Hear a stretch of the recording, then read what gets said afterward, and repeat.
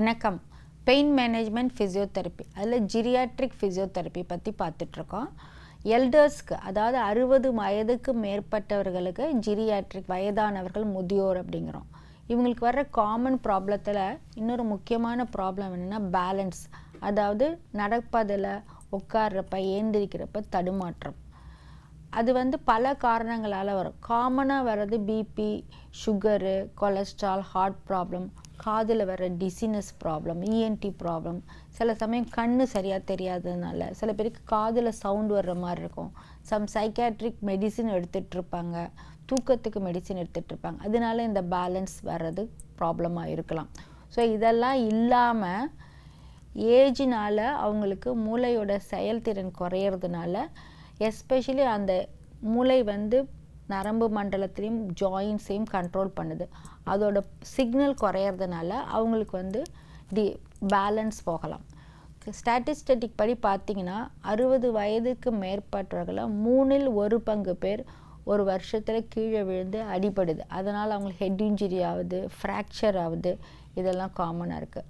அதே மாதிரி 70 வயதுக்கு மேற்பட்டவர்கள் கட்டாயமாக ஒவ்வொருவருமே கீழே விழுந்து அடிபடுது அப்படின்னு சொல்கிறாங்க. ஸோ இது ஏஜ் ரிலேட்டட் ப்ராப்ளமாக இருந்தாலும் இதை தடுக்கிறதுக்கு ஃபிசியோதெரப்பி ஹெல்ப் பண்ணும். எப்படி அப்படின்னா, ஃபஸ்ட்டு அவங்களோட மெடிக்கல் கண்டிஷன் பார்க்குறோம். அவங்களுக்கு பிபி நார்மலாக இருக்கா, சுகர் நார்மலாக இருக்கா, கொலஸ்ட்ரால், ஹார்ட் ப்ராப்ளம், அந்த டேப்லெட்ஸ் அவங்க கரெக்டாக சொல்கிற அளவு சாப்பிட்றாங்களா, நேரத்துக்கு சாப்பிட்றாங்களா. இப்போ அவங்களுக்கு ஒரு டிசினஸ் இருக்குது, இல்லை மனநல பிரச்சனைகள் இருக்குது, தூக்கமின்மை அப்படின்னா சில பேர் 10 மணி 10:30 மணிக்கு அந்த மாத்திரையை போடுவாங்க. இந்த பாயிண்ட் நிறைய பேர் நோட் பண்ணுங்கள். நிறைய பேஷண்ட்டுக்கு, ஹார்ட் பேஷண்ட்டாக இருப்பாங்க, இல்லை அவங்க தூக்கம் இல்லாமல், இல்லை பிபி சுகர் இருந்ததுன்னா தூக்கமின்மை, பொதுவாக ஜீரியாட்ரிக் ஓபிக்கு போனாங்க அப்படின்னா வயதானவர்களுக்குன்னா அவங்களுக்கு சின்ன சின்ன ஆங்ஸைட்டி இருக்கிறோம், டிப்ரெஷன் இருக்கும் அப்படின்னு சொல்லிட்டு mild dose of sleeping Dolo இல்லை சைக்காட்ரிக் மெடிசனோ இல்லை ஆங்ஸைட்டி டேப்லெட்ஸோ நிறைய பேருக்கு டாக்டர்ஸ் ப்ரிஸ்கிரைப் பண்ணுவாங்க. பேஷண்ட்ஸ் என்ன பண்ணுறாங்க அப்படின்னா, அந்த மாதிரி மாத்திரைகளை படுக்க போகிறதுக்கு முன்னாடி 9:30 10 மணிக்கு மேலே சாப்பிட்றாங்க. பொதுவாக அந்த மாதிரி மாத்திரைகள் வேலை செய்ய ஆரம்பிக்கிறதுக்கு சாப்பிட்டு 1 மணி நேரம் 1.5 மணி நேரம் ஆகும்.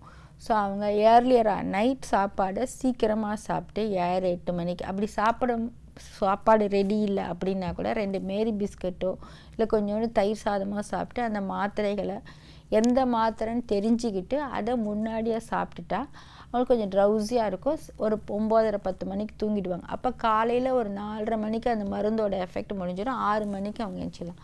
நிறைய பேர் என்ன பண்ணாங்க, லேட்டாக சாப்பிட்றதுனால அவங்களால காலையில் ஏந்திரிக்க முடியல. சப்போஸ் அவங்க ஃபேமிலி சுச்சுவேஷன், பொதுவாக வயதானவர்கள் ஒரு ஃபேமிலியில் இருக்கிறப்ப, டிபெண்ட் இருக்கிறப்ப, ஒரு மருமகள் ஒர்க்கிங்காக இருக்குது, சீக்கிரமாக காலையில் எழுந்துச்சி டிஃபன் சாப்பிட்ணுன்னா அவங்க மேலே மருமகளுக்காக வேலைக்கு போகிறவங்களுக்கு தொந்தரவு கொடுக்கக்கூடாது அப்படின்னு சொல்லிட்டு அவங்க சீக்கிரமாக ஏந்திரிக்க மேற்க அந்த மருந்தோட எஃபெக்ட்லேருந்து வெளியே வரணும். அதனால தடுமாறி விடும். ஸோ இந்த பாயிண்ட்டை நோட் பண்ணிக்கோங்க. யாரெல்லாம் மருந்துகள் நைட்டில் சாப்பிட்றாங்களோ அதில் தூக்க மாத்திரையோ இல்லை மனநல மாத்திரைகளோ இருந்தால் அவங்க 7 8 மணிக்கு முன்னாடியே சாப்பிட்டா காலையில் எழுந்துச்சி அவங்க தடுமாற்றம் இல்லாமல் இருக்கும். அதனால் விழறதை தவிர்க்க முடியும். இந்த சின்ன பாயிண்ட் நிறைய பேருக்கு யூஸ்ஃபுல்லாக இருக்கும். அதனால தான் திருப்பி சொல்கிறேன். ஸோ ஒன்று மருந்துகளால் இருக்கும், 2வது ஏஜ்னால அவங்களுக்கு ஒரு வீக்னஸ் இருக்கும், நரம்புகள்லாம் தளர்ந்துருக்கும், அதனால அவங்க விழறதுக்கு பேலன்ஸ் போகிறதுக்கு இருக்குது. இன்னொன்று ஜாயின்ஸில் வலி இருக்கும். அந்த வலினால் அவங்க பேலன்ஸ் பண்ணி நடக்க முடியாது. சில சமயம் அவங்க யூஸ் பண்ணுற செப்பல், வயதானவர்கள்லாம் என்ன பண்ணுவாங்க, சிக்கனமாக இருக்கணும்னு சொல்லிட்டு தேஞ்சி போன அப்புறம் அந்த இதெல்லாம் தச்சு போடுவாங்க. அவங்களுக்கு வசதி இருக்கும், ஆனால் அவங்க சிக்கனமாக இருக்கணுன்னே அதே மாதிரி பண்ணுவாங்க. ஸோ அந்த மாதிரி தேய்ந்து போன டேமேஜ் ஆன செப்பலோ ஷூவோ அவங்க யூஸ் பண்ணக்கூடாது. முக்கியமாக கிராமத்தில் இருக்கிறவங்க அந்த மாதிரி பண்ணுறாங்க. இன்னும் கேட்டால் அங்கே மேடு பள்ளம் ஜாஸ்தி இருக்கிறப்ப தப்பான ஓனோட்டான செப்பல் அண்ட் ஷூஸை யூஸ் பண்ணுறதுனால கிராமப்புறங்களில் முக்கியமாக பெண்கள், வயல் வேலையில் செய்கிறவங்க சாதாரண செப்பலை தேஞ்சி போயிடுச்சுன்னா தூக்கி போட்டுட்டு இந்த தச்சு போடுற வேலையை விட்டுட்டு நல்ல செப்பலை வாங்கி போடுங்க. அதனால் நீங்கள் விழுந்து ஃப்ராக்சர் ஆகிறத தடுக்க முடியும்.